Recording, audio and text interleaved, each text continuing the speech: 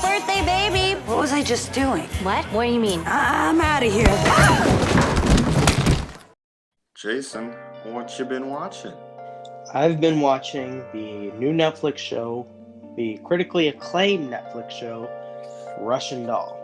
Do you know anything about this? I have seen it on my Netflix feed. Mm-hmm. I have seen the trailer with no audio because the trailer automatically plays on my Netflix feed. But I have not seen anything beyond that. So basically, it's the age-old premise of someone gets stuck in a time loop. It's Groundhog Day. It's Edge of Tomorrow. What is up with that? It's Happy Death Day to you. I thought about this after the fact. I was like, I wish I would have watched this last week because it would have been an interesting discussion because you had Happy Death Day and I would have had Russian Doll. But alas, not to be. Because I actually watched the first episode before we did that last recording, before we recorded our last episode, and I did not like it. This show's got like a 97% on Rotten Tomatoes, and I feel like a bunch of shows start really high on Rotten Tomatoes, and then you give it about a month, and then they really start to drop. Sure. For some reason, but there's a lot of buzz around this show though.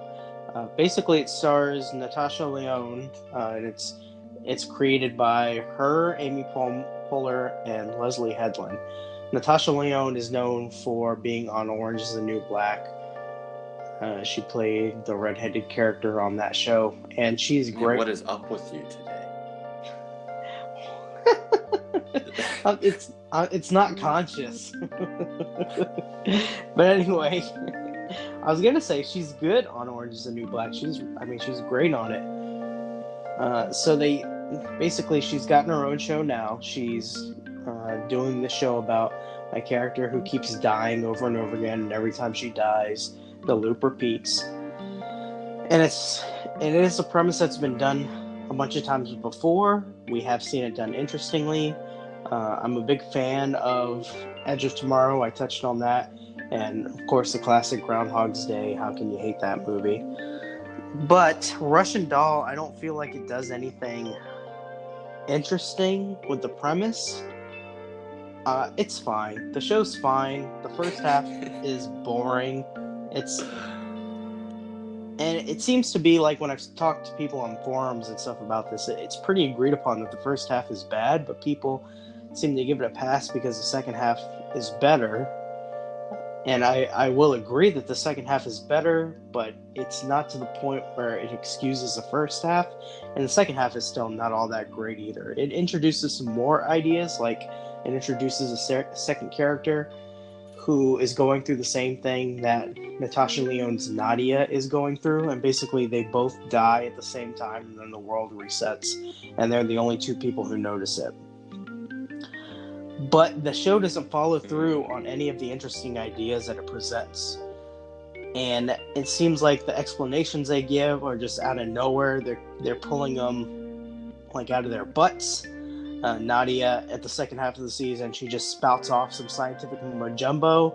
And she is not a scientist. She's a game developer. And she just comes up, she cuts an orange open, and she starts giving this physics lessons that came out of nowhere. And it doesn't make any sense. I need a visual aid. All right, so our universe has 3 spatial dimensions, so it's hard for us to picture a 4-dimensional world. But, computers do it all the time. Now, lucky for you, I have the capacity to think like a computer. What's this? It's a rotten orange. In a 2-dimensional world, it's a circle. In a 3-dimensional world, it's a sphere. But in a 4-dimensional world...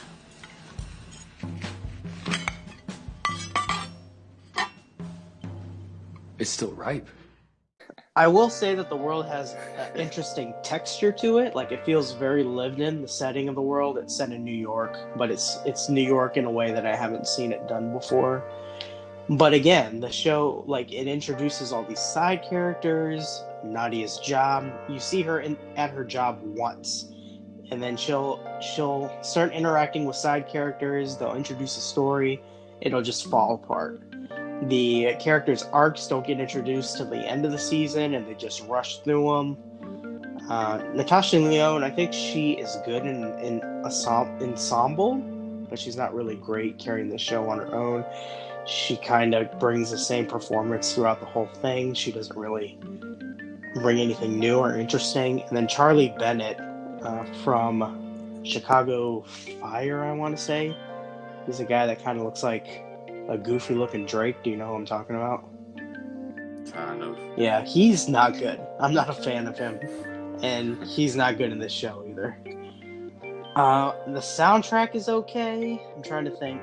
There's this one song that plays every time they die and they go back to the beginning of the loop called Gotta Get Up. That's a good song, I will say. That's a great way to transition back to the start of the loop. So it introduces all these interesting ideas that it ultimately doesn't follow through on. While it has this cool premise, it doesn't do anything new. It doesn't follow through with anything, and it doesn't execute it all that well. So for that reason, for me, the show is it's probably a very low, like Tears in Rain, or a high, Frankly, My Dear, I Don't Give a Dean. It's in that area. I want to go Frankly, My Dear, I Don't Give a Dean, but it does do some things interesting enough to where I think it's right at that line. So that has been Russian Doll for me.